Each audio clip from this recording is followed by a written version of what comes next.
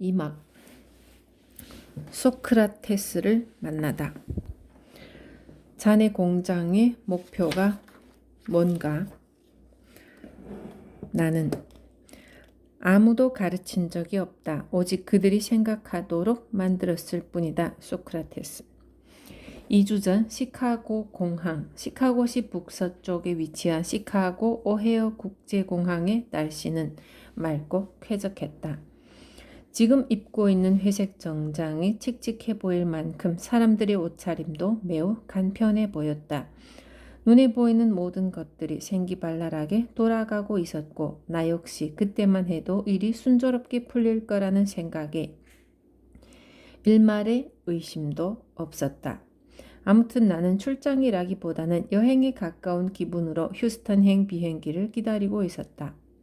2시간 정도의 대기 시간을 메우기 위해 공항 이곳저곳을 둘러보다 라운지로 갔다. 그곳은 출장 준비를 서두르는 비즈니스맨들과 국내 여행객들로 북적이고 있었다. 나는 빈 의자를 찾아 혼잡한 인파 속을 뒤졌다. 다행히도 스트라이프 무늬 정장을 입은 중년 신사와 수수한 재킷을 입은 발랄한 20대 여성 사이에 빈자리가 있었다. 가까이 다가가 자리에 앉으려는데 왠지 낯익어 보이는 얼굴이 있었다. 기억이 날 듯한데 누구지? 나는 한 걸음 떨어져서 그의 모습을 찬찬히 훑어보았다. 유대인 남자들이 머리에 쓰는 키파를 쓰고 희미한 전등불 아래서 시가를 피우며 책을 읽고 있는 모습이 영락없이 요나 교수였다. 때마침 그의 옆자리가 비어 있었다. 나는 황급히 자리에 앉아 그의 모습을 다시 한번 확인했다. 하루 평균 20만 명이 오가는 시카고 오헤어 국제공항 라운지에서 수년 만에 우연히 스승을 만난다는 것은 믿기 어려운 일일 것이다. 나도 처음에는 그가 정말 요나 교수인지 의심스러워 망설였지만 그 특유의 옷차림과 행동으로 볼 때 요나 교수가 틀림없었다. 텔레파시라도 통했던 것일까? 내가 막 자리에 앉으려는 순간 그가 나에게로 눈길을 돌렸다. 나는 그의 눈빛에서 똑같은 질문을 읽어낼 수 있었다. 혹시 저 모르시겠습니까? 하지만 다짜고짜 반갑다는 인사를 건넬 수는 없었다. 그 많은 학생들 중 그가 기억하는 사람이 몇이나 될까 싶은 생각에 우선 정중히 운을 떼었다. 저 혹시 요나 교수님 아니십니까? 그렇습니다만. 요나 교수는 코끝에 걸린 안경을 끌어올리며 미심쩍은 표정을 지어 보였다. 기억하실지 모르겠지만 저는 알렉스 로고라고 합니다. 석사 과정을 밟을 때 교수님께 지도받았던 학생입니다. 그의 표정을 보니 확실히 기억하는 눈치는 아니었다. 아마 3년 전쯤이었을 겁니다. 교수님 연구 진행 보조로 몇 개월간 교수님의 연구를 도와드렸는데요. 그때는 수염을 길러서 지금은 알아보기 힘드시겠지만 마침내 그의 얼굴에 반가운 기색이 어렸다. 아하, 물론 기억하고 말고. 알렉스, 자네가 정말 알렉스 로고인가? 네, 맞습니다. 잠시 이야기를 나누는 사이 웨이트리스가 다가와 주문을 받았다. 교수님은 어떤 걸로 하시겠습니까? 아니, 난 비행시간이 얼마 남지 않아서 자네만 주문하지. 나는 웨이트리스에게 스카치 위스키 한 잔을 주문했다. 요즘 어떻게 지내십니까? 내가 먼저 안부 인사를 건넸다. 바쁘네. 눈, 코 뜰 새 없을 만큼. 그래, 자네는 어떤가? 저도 마찬가지예요. 지금은 휴스턴으로 가는 중입니다. 교수님께서는 무슨 일로 공항에? 난 지금 뉴욕으로 가고 있는 중이네. 이런, 시간이 벌써 이렇게 됐군. 요나 교수는 이러저러한 안부 인사를 지겨워하는 눈치였다. 그는 시간이 촉박하다는 핑계로 대화를 끝내려는 뜻을 비쳤지만 그와의 만남을 이대로 끝내고 싶지는 않았다. 여기서 그를 놓친다면 언제 다시 그를 만날 수 있을지 모를 일이었다. 나는 둘 사이에 공통된 주제를 찾으려 했었다. 남다른 건 아니지만 내게는 어색한 침묵을 깨는데 꽤 유용한 재주가 있었다. 그때만 해도 연구소에서 계속 공부할 계획이었는데 다행인지 불행인지 지금은 유니코사에서 공장장으로 일하고 있습니다. 윤아 교수는 흥미롭다는 시선을 건넸다. 그러고는 시가 연기를 깊이 들이마시며 그윽한 눈초리로 관심을 보였다. 사실은 지금도 휴스턴에서 열리는 로봇대학 세미나 때문에 출장차 가는 길입니다. 제조업협회에서 개최하는 세미나인데 유니코사를 게스트로 초대했거든요. 제가 운영하고 있는 공장이 로봇에 관한 경험이 많은 대라 회사에서 저를 보낸 거죠.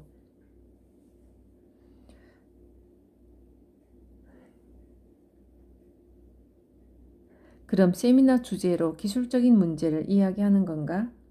아니요. 그것보다는 수익성에 관한 내용이 주요 안건이에요. 아, 여기 그 자료가 있어요. 나는 협회에서 보낸 공문을 서류 가방에서 꺼냈다. 주제는 로봇공학. 구성인원, 사용자와 전문가 집단으로 구성된 토론단. 안건은 미국의 생산성 위기에 대한 해결책. 현재 미국 내 산업 로봇 시스템의 현황과 로봇 산업이 미국 제조업계에 미칠 영향에 관한 심포지엄에서는 그는 서류 내용을 잠시 훑어보더니 이내 심드렁한 표정을 지었다. 물리학자니 그럴 만도 하겠지. 사업에 관해 저 양반이 뭘 알겠어. 잠시 생각에 빠져있는 사이 그가 로봇에 관한 질문을 했다. 자네 공장에서 로봇을 사용하고 있다고? 요나 교수는 서류 내용보다는 우리 공장의 생산 시스템에 관심을 보였다. 네, 두 부서에서 그렇게 하고 있습니다. 그래? 그 산업 로봇이 자네 공장의 생산성 향상에 실질적으로 얼마만큼이나 도움이 되었나? 수치화한다면 나는 구체적으로 데이터가 떠오르지 않아 잠시 머뭇거렸다. 제 기억이 정확하다면 한 부문에서 생산성이 36% 정도 향상된 것으로 알고 있습니다. 그런가? 놀라운 수치군. 36%라. 그렇다면 자네 회사는 로봇을 설치해서 36%의 이윤을 더 얻고 있다는 말이 되는데 정말 믿어지지 않는구만. 요나 교수의 질문에 나는 슬며시 미소를 지어 보였다. 글쎄요. 손익계산이 현실과는 많이 다르더라고요. 현장에서 실제로 수익을 내고 있는 부문은 좀 전에 말씀드린 대로 한 부문에 지나지 않거든요. 회사 측에서도 기대치보다 성과가 적어서 난색을 표하고 있고요. 요나 교수는 끝까지 타들어간 시가를 재떨이에 비벼끄며 예상치 못한 지적을 했다. 그렇다면 실제로는 생산성이 나아진 게 아니겠군? 내 얼굴 위에 머물던 미소가 순식간에 얼어붙는 느낌이었다. 교수님 말씀이 잘 이해가 안 되는데요. 한 가지만 더 물어보세요. 솔직히 대답해보게. 로봇을 설치한 이후 하루에 단 하나라도 더 많은 제품을 생산한 적이 있나? 아니, 저 확인해 본 적은 없지만. 직원을 해고했나? 요나 교수의 집요한 추궁은 나를 어리둥절하게 했다. 나는 상체를 뒤로 젖히면서 그를 바라보았다. 이 양반 지금 대체 무슨 말을 하는 거야? 그는 마치 내 속마음을 꿰뚫어 보고 있다는 표정으로 대답을 재촉했다.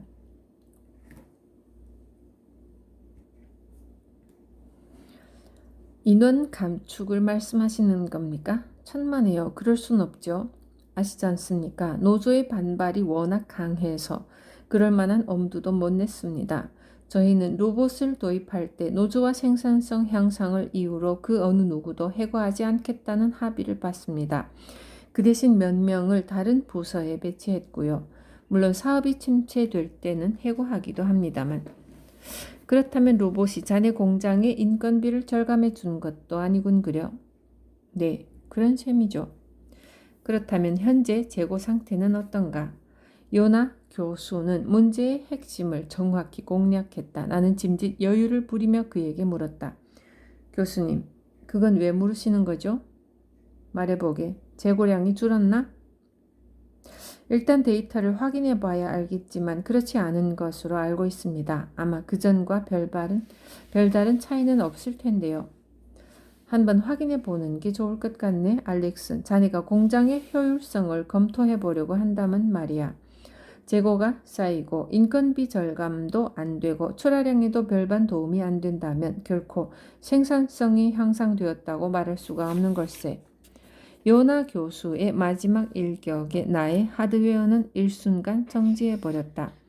케이블이 끊긴 엘리베이터 안에 갇힌 느낌이랄까. 갑자기 명치 끝에 싸한 통증이 느껴졌다. 아, 네. 이제야 이해가 되는군요.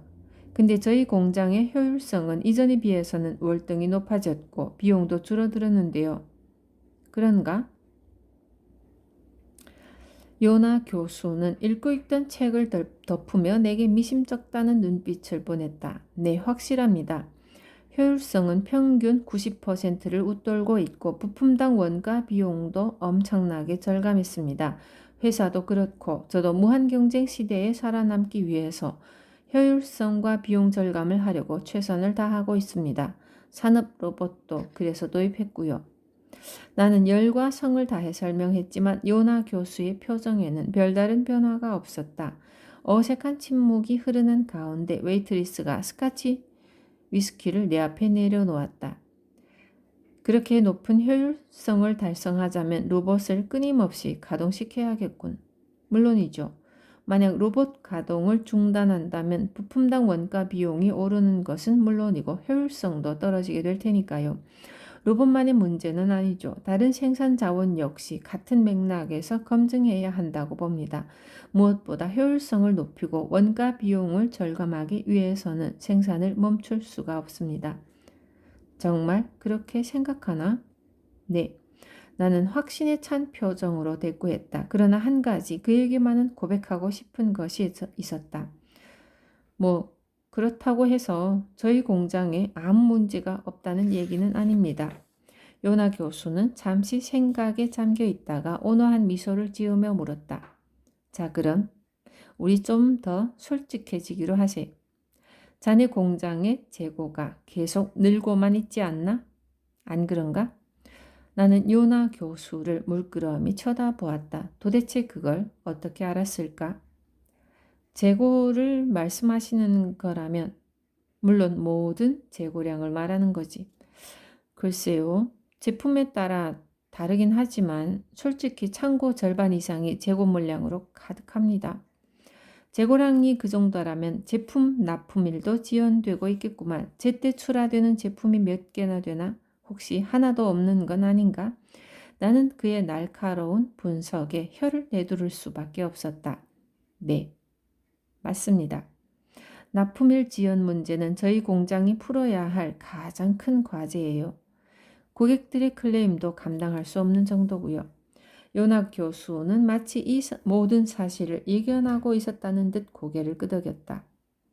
교수님, 한 가지 여쭤봐도 될까요? 어떻게 그걸 다 하신 겁니까? 요나 교수의 입가에 다시금 온화한 미소가 번졌다. 글쎄, 육감이라고 해두지. 아니, 통계라고 하면 적합하겠군. 자네 공장만의 문제가 아니거든. 대다수 제조업 공장들이 같은 문제로 고민하고 있어. 또 나는 그 여러 징후들을 봐왔고 말이야. 하지만 교수님은 물리학자시잖아요. 물리학도 과학이지. 요즘 내가 연구하고 있는 분야는 조직과학이라네. 특히 제조업 조직에 관해서 연구하고 있네. 그런 학문이 있는 줄은 미처 몰랐습니다. 새로 생긴 학문일세. 솔직히 교수님께서 연구하고 계신 학문이 어떤 분야인지는 잘 모르지만 교수님은 저희 공장의 가장 큰 문제점을 정확히 지적해 주셨습니다. 그 문제에 관해 좀 더 여쭤보고 싶은데 말을 채 끝마치기도 전에 나는 입을 다물 수밖에 없었다. 요나 교수가 무슨 큰일이라도 난 것처럼 낡은 회중시계를 꺼내 들고는 히브리어로 뭔가를 중얼거리며 자리에서 일어나 버린 것이다. 미안하네 알렉스. 서두르지 않으면 비행기를 놓치겠어. 요나 교수는 내게 짧은 작별 인사를 건네며 외투를 집어들었다. 저 교수님. 교수님이 지적하신 몇 가지 사안을 좀 더 상의드리고 싶은데 언제 또 뵐 수 있을까요? 나의 진심이 통한 것일까? 요나 교수가 나를 돌아보며 한마디 덧붙였다. 자네가 지금까지 이야기했던 내용을 다시 한번 곰곰이 생각해 본다면 그 문제를 해결할 새로운 방법을 찾을 수 있을 게야. 잠시만요, 교수님. 뭔가 오해를 하고 계신 것 같네요. 교수님 말씀대로 공장이 몇 가지 문제점을 떠안고 있는 것은 사실이지만 그리 어려운 상황은 아닙니다. 요나 교수는 내 눈을 똑바로 바라봤다. 그러고는 마치 공장의 상황을 꿰뚫어보고 있다는 듯 냉소를 머금었다. 그렇다면 할 수 없지. 판단은 자네 몫이니까. 어쩌면 내게 새로운 돌파구를 마련해 줄지도 모를 구원자를 이대로 보낼 수 없다는 생각이 들었다. 나는 어떻게 해서든 그를 붙잡고 이야기를 해야 할 것 같았다. 교수님, 이렇게 하면 어떨까요? 전 비행기 시간이 아직 남았거든요. 괜찮으시다면 탑승국까지 같이 가면서 이 문제를 좀 더 이야기하고 싶은데요. 좋을 대로 하게. 하지만 서둘러야 할 걸세. 갑자기 심한 갈증이 느껴졌다. 그래, 서둘러야지. 나는 음료수로 목을 축인 뒤 코트와 서류 가방을 집어들고 재빨리 요나 교수의 뒤를 쫓았다. 어찌된 일인지 목을 축여도 갈증은 쉽게 사라지지 않았다. 출입문 쪽에 서 있던 요나 교수가 손짓을 했다. 나는 마른 침을 삼키며 요나 교수 쪽으로 성큼 다가섰다. 복도에는 이동하는 사람들로 가득해서 그 사이를 비집고 요나 교수와의 거리를 좁히는 데도 상당한 시간이 걸렸다. 내게는 시간이 없었다. 무엇부터 물어야 할지 막막했지만 일단 그의 의견을 들어야 했다. 교수님, 궁금한 게 있는데요. 저의 공장의 문제점을 어떻게 하셨습니까? 자네 스스로 말하지 않았나? 글쎄, 전 말씀드린 적이 없는 것 같은데요. 알렉스, 자네 말을 분석해보면 금방 알 수 있지. 문제는 자네가 믿고 있는 효율성이 오히려 비생산적이라는 거네. 현재 자네 공장의 운영 상태는 자네 생각과는 정반대로 돌아가고 있는 게 분명하네. 효율성을 가장한 비효율성 말일세. 수치로 보면 전혀 그렇지 않습니다. 설마 제 부하 직원들이 허위 보고서를 작성했다는 말씀을 하시려는 건 아니죠? 물론이지. 부하 직원들이 자네를 속일 리가 있겠나? 근데 말일세 수치들은 분명 자네를 속이고 있는 걸세. 데이터가 모든 것을 말해주는 건 아니지. 데이터를 점검해보면 잘못된 수치를 발견할 수 있을 거네. 네, 잘 알겠습니다. 솔직히 인정하죠. 저 역시 가끔 수치를 조작할 때가 있습니다. 하지만 다른 사람들도 모두 그렇게 하고 있는 게 현실 아닌가요? 문제의 핵심을 놓치고 있구만. 자네는 지금 잘못된 신념을 고수하고 있네. 효율적으로 공장을 운영하고 있다는 자기 합리화의 늪에 빠져 있는 거지. 전 그렇게 생각하지 않아요. 제 사고방식과 다른 관리자들의 사고방식에는 별다른 차이가 없을 것으로 판단합니다만, 아니, 분명한 차이가 있네. 무슨 말씀이시죠? 나는 요나 교수의 단호한 답변에 심한 모욕감마저 느꼈다. 알렉스, 이 세상을 살아가는 대다수의 사람들이 그렇듯 자네도 많은 것들을 별 의심 없이 받아들이는 것 같군. 생각을 깊이 안 한다는 얘기지. 아니요, 교수님. 전 항상 신중히 생각하고 결정을 내립니다. 그게 제 업무니까요. 요나 교수는 냉담한 표정으로 고개를 저었다. 알렉스. 자네 공장의 로봇이 구체적으로 어떻게 효율성을 올려놓았는지 다시 한번 설명해 주겠나? 로봇 도입 후 단위당 원가 비용을 절감했습니다. 그에 비례해서 생산성도 높아졌고요. 그렇다면 생산성의 정의를 내릴 수 있겠나? 생산성의 정의라. 나는 잠시 곰곰이 생각에 잠겼다. 저희 회사 측의 공식에 따르면 생산성이란 종업원 한 사람이 생산해내는 부가가치에 관한 어떤 것. 나는 일단 주워들은 내용을 그에게 설명했다. 그러나 그는 여전히 고개를 저었다. 자네 공장에서 생산성을 어떻게 정의하든 그건 자네 생각이 아니지. 따지고 보면 생산성의 진정한 의미는 그런 것과는 무관하고 공식 따위는 집어치우고 자네 경험에 비추어 생산성을 정의해보게. 다시 한번 묻겠네. 생산성이 뭐라고 생각하나? 막연한 생각만이 머릿속을 맴돌 뿐 명확한 정의는 떠오르지 않았다. 대체 생산성이 뭐지? 가슴이 터질 듯 방망이 질쳤다. 생각이 꼬리를 물어도 도무지 구체적인 개념이 잡히지 않았다. 요나 교수의 발걸음은 더욱 빨라졌다. 그의 뒤를 쫓는 것조차 버겁다는 생각이 들었다. 어느 틈엔가 우리는 CIQ 보안경비대 앞에 이르러 있었다. 금속 탐지기를 든 보안 요원들이 보였다. 이제 교수님을 보내드려야 할 텐데. 무슨 생각에서인지 요나 교수는 질문에 꽃비를 늦추지 않고 재차 나에게 생산성의 정의를 물었다. 시간이 없군. 빨리 얘기해보게. 생산성이라는 건 도대체 어떤 의미지? 요나 교수는 금속 탐지기를 통과하면서 나에게 의미심장한 카드를 내보였다. 이제 그는 금속 탐지기 저편에 서서 테레의 강 기슭에 서 있는 나를 다시 한번 일깨웠다. 자네 개인적인 의견에 초점을 맞추고 말해보게. 생각하고 자시고 할 여유가 없었다. 나는 무언의 힘에 이끌려 요나 교수의 뒤를 따라 금속 탐지기를 통과했다. 대체 저 양반이 원하는 답이 뭐지? 일단은 생각의 고리에 집중해야 했다. 그리고 마침내 내 입에서 흘러나온 대답은 이것이었다. 제 생각에는 뭔가 일을 완수한다는 것과 같은 의미가 아닐까 싶은데요. 바로 그걸세. 그럼 어떤 면에서 완수한다는 말인가? 물론 목표 면에서 봤을 때 완수죠. 그렇지. 요나 교수는 그 어느 때보다도 온화한 표정을 지으며 재킷 안주머니에서 쿠바산 시계 한 개비를 꺼내주었다. 시가 한 개비를 꺼내주었다. 밖에 답을 알아맞힌 대가네. 정리하면 이렇게 되겠지. 생산성이란 바로 기업의 목표 면에서 무언가를 완수하는 것이지. 안 그런가? 맞습니다. 온몸에 알싸한 전율이 느껴졌다. 묘한 기대감과 더불어 씁쓸한 자괴감이 들었다. 몇 개의 게이트를 지나는 동안 요나 교수는 히브리어를 중얼거리며 깊은 생각에 빠져 있었다. 약간의 시간이 흐른 뒤 요나 교수가 먼저 입을 댔다.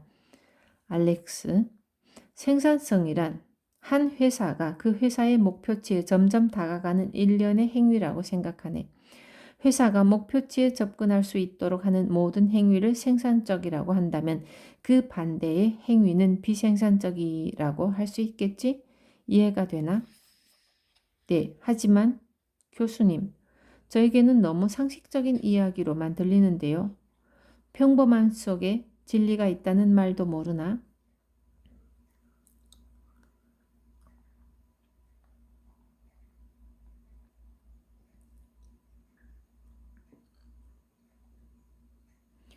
요나 교수는 재킷에서 항공권을 꺼내들고는 재빨리 탑승구로 걸어갔다. 그는 좌석 번호를 확인한 뒤 내게 시선을 돌렸다.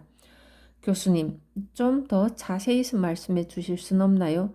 목표를 향해 나아가고 있다면 생산적인 것이고 그렇지 않다면 비생산적인 것이라면 그래서 어쨌다는 거죠? 알렉스, 내가 자네한테 말하고 싶은 건 이걸세. 자네가 자네 공장의 목표를 정확히 파악하지 못하는 한 생산성이라는 말은 아무런 의미도 없다는 거야. 아, 네, 좋습니다. 그럼 이렇게 정리하면 되겠군요. 저희 공장의 목표 중 하나가 효율성을 높이는 거니까 생산성의 효율성이 높아지면 생산적이라고 할 수 있겠군요. 요나 교수는 어이가 없다는 표정으로 되물었다. 알렉스, 자네가 풀어야 할 문제가 정확히 무엇인지 알고는 있는 건가? 그럼요. 효율성을 높이는 일 아닙니까? 아니지. 자네는 지금 자네 공장의 목표가 뭔지 전혀 감을 못 잡고 있어. 자네 공장도 그렇고 어떤 기업이든 목표는 하나뿐이야. 자네는 그거를 전혀 모르고 있네. 그것이 바로 자네가 풀어야 할 숙제일 걸세. 그 순간 나는 걷잡을 수 없는 나락으로 내팽겨진 듯한 충격에 사로잡혔다. 요나 교수는 이제 막 탑승구로 들어가려 했다. 더 이상 시간이 없었다. 나는 다른 승객들은 모두 탑승한 뒤였고 요나 교수 역시 이제 내게 할애할 시간이 없었다. 교수님 잠시만요. 제가 저희 공장의 목표를 전혀 모른다는 게 무슨 뜻이죠? 맹세컨대 저는 저희 공장의 목표를 분명히 알고 있습니다. 요나 교수는 탑승구 앞에서 잠시 머뭇거리다 안쪽에 서 있는 스튜어디스에게 양해를 구하며 아직 내가 풀지 못한 화두를 건넸다. 그래? 그럼 한번 말해보게. 자네 공장의 목표가 뭔가? 아, 네. 최대한 효율적으로 제품을 생산하는 겁니다. 틀렸네. 그런 게 목표가 될 수는 없어. 아직도 진짜 목표를 모르겠나? 나는 도무지 그의 의도를 파악할 수가 없었다. 내가 할 수 있는 일이라고는 멍하니 그를 바라보는 일밖에 없었다. 마침내 스튜어디스가 밖으로 얼굴을 내밀었다. 두 분 뉴욕행 비행기에 탑승하실 건가요? 아, 미안하지만 잠시만 더 기다려 주시겠습니까? 요나 교수는 분명한 어조로 되물었다. 시간이 없네. 빨리 말해보게. 기업의 목표가 뭔가? 권력이 아닐까요? 요나 교수는 황당하다는 듯한 표정을 지어 보였다. 글쎄, 전혀 틀린 말은 아니니만 뭔가를 생산했다고 권력을 얻는 건 아니지. 스튜어디스는 인내심의 한계를 느꼈는지 차가운 어조로 단호하게 말했다. 지금 탑승하지 않으실 거면 돌아가셔서 표를 환불하십시오. 지금은 다른 승객분들을 위해서 비행기 문을 닫아야 할 시간입니다. 요나 교수는 그녀의 말에 아랑곳 없이 대화에 열중했다. 알렉스. 기업의 목표가 무엇인지 확실하게 모르면 자넨 생산성이 어떤 의미인지 이해할 수도 없어. 그건 단지 숫자놀이나 말장난에 불과한 거야. 그럼 시장 점유율이 목표 아닐까요? 정말로 그렇게 생각하나? 요나 교수는 알듯 모를 듯한 미소를 지어 보이고는 비행기 안으로 사라져 버렸다. 교수님, 저에게 그 해답을 알려줄 순 없습니까? 나는 그의 등 뒤에서 구원의 목소리를 기다렸지만 그가 마지막으로 남긴 말은 나를 더욱 혼란스럽게 했다. 그 문제에 대해 잘 생각해 보기에 충분히 자네 스스로 답을 찾을 수 있을 걸세.